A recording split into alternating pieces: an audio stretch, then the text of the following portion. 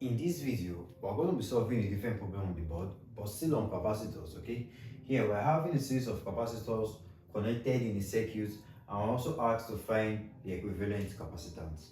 Now, by looking at this question at first glance, most students will find it frightening to attempt, but I'll show you it is quite easy and it will take long, and then we'll be done with this question, okay?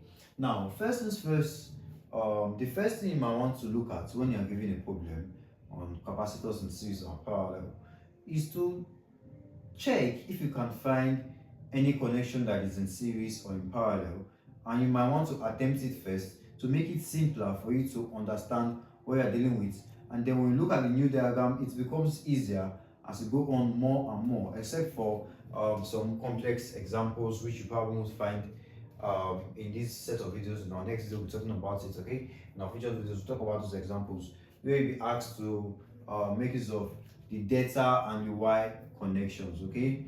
Now, those ones are a different set of examples which I'm going to attempt in a later on video. For now, we're going to do with the basics, just like what you're seeing on the board, okay? And I asked to find the resulting capacitance. That is, if these capacitors are to act as a single circuit, what is going to be the net capacitance that is going to be given out, okay, out of the circuit. Now, to do that, first things first, like I said, we're going to locate if there is any series or parallel connection that will make it easier for us to work with. Now, what we're having here is a single line of wire, okay? Even if it is curved, it doesn't have to be straight, okay? A single line of wire that is joining these two capacitors together. So C2 and C7, I'm going to come here and then I'll say C2 and C7 are in series, okay? They are in series.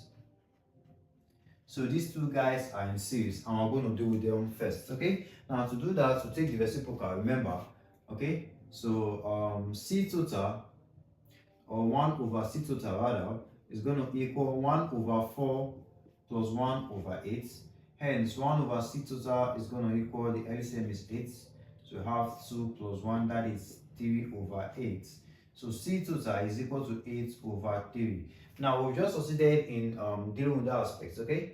C total is 8 over 3. What we're going to be left with is a single capacitor represented by these two. So, as we are solving, I'm going to be cleaning the diagram to illustrate what I have instead of drawing multiple diagrams, okay? So, I'm going to have something like this. I'm going to have something like this, a single capacitor, okay? Just assume these two capacitors that were initially here are acting as one, and they are having a net value of 8 over 3 microfarads. Now, what you notice is that the 8 over 3 microfarad is parallel to the 6,6, and also parallel to C5, and also parallel to C4. Okay, these four capacitors are all in parallel. Okay, that is also observe that these four capacitors are all in parallel. And for capacitors in parallel, how do we solve them? We solve them by simply taking the sum of each of them, right? So I'm going to come here and I'll write C4, C5, C6, and the 8 over 3 microfarad capacitor are in parallel. Okay, these guys are in parallel. So to get the net capacitance, we're going to have C total will equal 4 plus what do we have here, 6, plus we have 2, and then plus we have 8 over 3, okay? Then C total then becomes, I'll just press everything once because I want to put it in decimal. We're having 8 over 3 there. So we have over 8 over 3 plus 4 plus 6 plus 2. That will give us a value of 14.67. 14.67, okay, in 2 decimal places, okay? So you're now left with a final value of 14.67, which means all the capacitors there, they're having a single value, which is 14.67 microfarads, okay? Now, in that case, I'll join the new diagram to illustrate what I'm having here, okay? That's what I'm going to do. So let's say this diagram I want to draw it. So I'm going to have a new diagram like this. Okay, I'm going to have a new diagram like this, of which here is C3 and it's 5 microfarad, okay, connected to C1 which is 4 microfarad. Okay, and then the final value we had was 14.6. So we have a capacitance or a capacitor of 14.6 7 microfarad in value.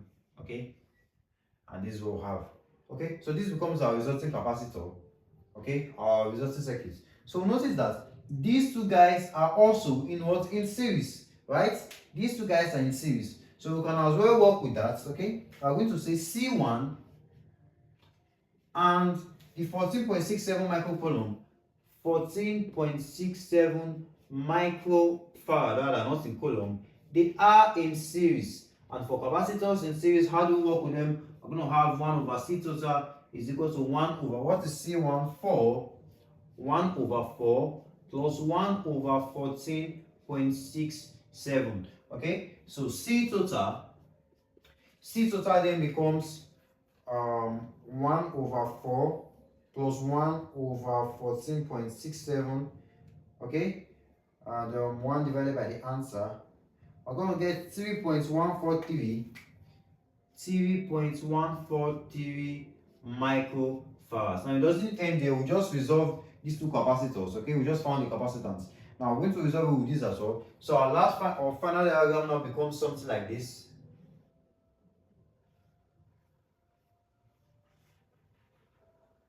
We have C3, which is equal to 5 microfarad, and then we have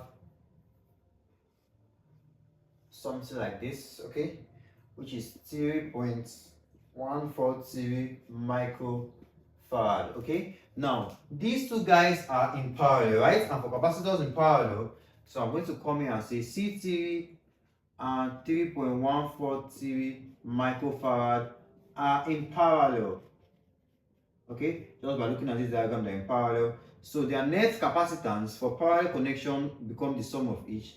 We have the 5 microfarad plus the 3.143 microfarad. Hence, our net or total value now becomes 8.143 microfarad. Okay, that is our final value. Now, here is how a problem like this is being done. Okay, there are some more complex examples you find, but trust me, they are done in the same way. You just have to follow the rules. Parallel, you're going to sum them directly, and for series, you're going to take the reciprocal of each of them, sum them, and take the reciprocal of the final answer. Okay, so there we have our final answer, 8.143 microfarad. I'll go over it again on the routes you should take when solving a problem like this. Okay, now to solve a problem like this, first things first, make sure if it's a capacitor, you don't solve it like a resistor, or if it's a resistor, you don't solve it like a capacitor. Okay, that's one thing. Okay, so you don't interchange when to do series and parallel connections. Okay, and then again, you also have to make sure you identify the series and parallel connections. Okay, and for series connections, you have to take reciprocal when dealing with it, and for parallel connections, you have to add them directly. And it will be more helpful if you draw the diagram as you proceed. Okay, to help you understand or visualize what you're seeing. Okay, as you proceed, and you find it easier to work with. Okay, so that is that for that. And other problems will be tackled on our playlist concerning capacitors, okay, or anything relating to capacitors as well. Okay, we'll stop here for now, and in our next video we'll talk about the energy in a capacitor. Okay, talk about the energy that is being stored in a capacitor. So do well to click on the notification bell so that you get notified and you don't miss out on that. Okay, if you have a question, put it in the comment section, and most importantly, if you have a question you would like us to talk about or attempt, or a topic you'd like us to treat in this channel, put it in the comment section. See you in the next video. Bye.